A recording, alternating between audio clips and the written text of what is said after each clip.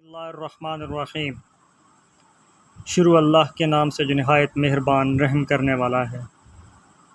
मेरे तमाम देखने वाले दोस्तों को मेरी तरफ़ से अस्सलामु अलैकुम वरहमतुल्लाहि वबरकातुहू। दोस्तों, काफ़ी सारी चीज़ें आपके सामने पेश कर रहा हूँ, लगातार सिलसिला वाइज आपके साथ चल रहा हूँ।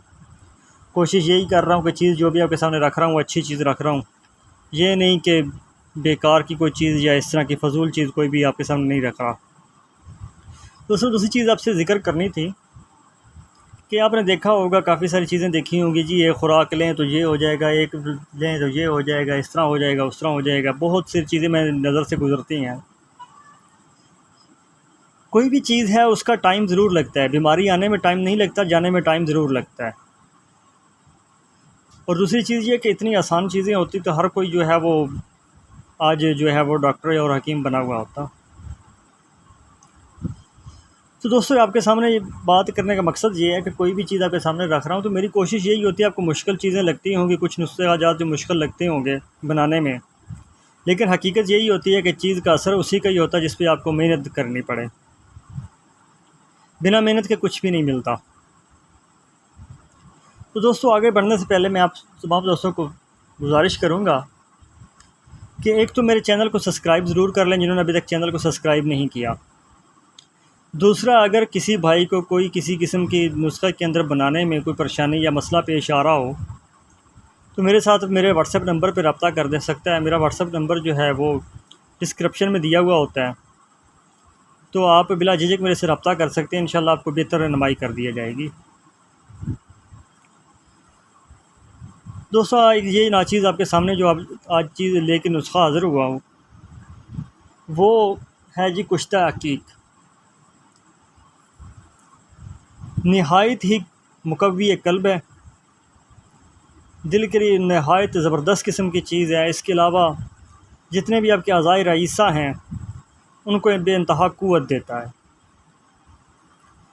चीज़ें आपको जो चाहिए वो आपके सामने लिखी हुई हैं। अकीक का अपने टुकड़ा ले लेना है एक। उसके बाद आपको चाहिए होगा बकरी का दूध, बैज़ा मुर्ग और अरक केवड़ा।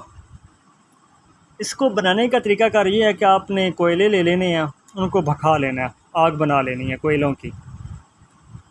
कोयलों के ऊपर जो अकीक है इसको अच्छी तरह सुरख कर लेना है। जब सुरख हो जाएगा तो इसको आपने बकरी के दूध में बुझाव देना है। इसी तरह आपने बार बार करना है और 40 बुझाव देने हैं आग में, यानी कि कोयलों के अंदर अकीक को सुरख करके बकरी के दूध में 40 बुझाव देने हैं। मकसद ये है कि अब जब सुरख हो जाएगा तो उसको उठा के अपने बकरी के दूध में रख देना है, फिर निकाल लेना है। ठंडा होने के बाद फिर आपने उसे सुरख करना है, फिर उसी तरह आप करते करते 40 बुझाव देने हैं। उसके बाद आपको चाहिए होगा बैज़ा मुर्ग। बैज़ा मुर्ग के ये करना है कि उसकी सफ़ेदी आपको चाहिए, जर्दी अपने अलग कर देनी है, सफ़ेदी अलग कर देनी है। इतनी निकालनी है कि जितना अकीक का टुकड़ा है वो किसी बर्तन में, जो कूज़ा होगा, मिट्टी का बर्तन होगा, उसमें रखेंगे तो एक ही, मेरे ख्याल में एक जर्दी भी नहीं लगेगी। अगर कूज़े के हिसाब से आप देख लें कि कितनी की जर्दियाँ उसमें आती हैं। अगर उसका नीचे वाला हिस्सा डाउन है तो जर्दी थोड़ी आएगी, सॉरी सफ़ेदी थोड़ी आएगी। अगर चौड़ा है नीचे वाला हिस्सा तो उसमें सफ़ेदी जो है वो थोड़ी सी ज़्यादा आ जाएगी। आपने ये करना है कि जो अकीक है वो सफ़ेदी के अंदर डूब जाए, यानी सफ़ेदी उसके ऊपर तक आ जाए।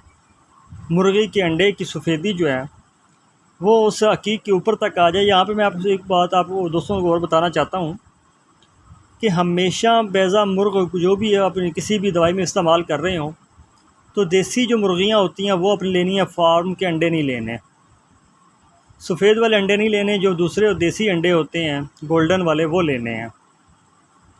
दोस्तों, चलते हैं आगे बात अपनी की तरफ, नुस्खे की तरफ।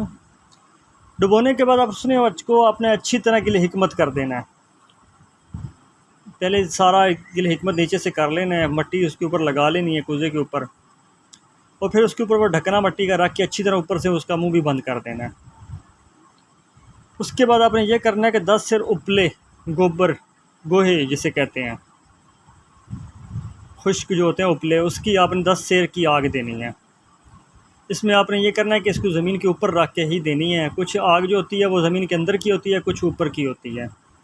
ये 10 सेर उपलों की आग आपने इसको देनी है।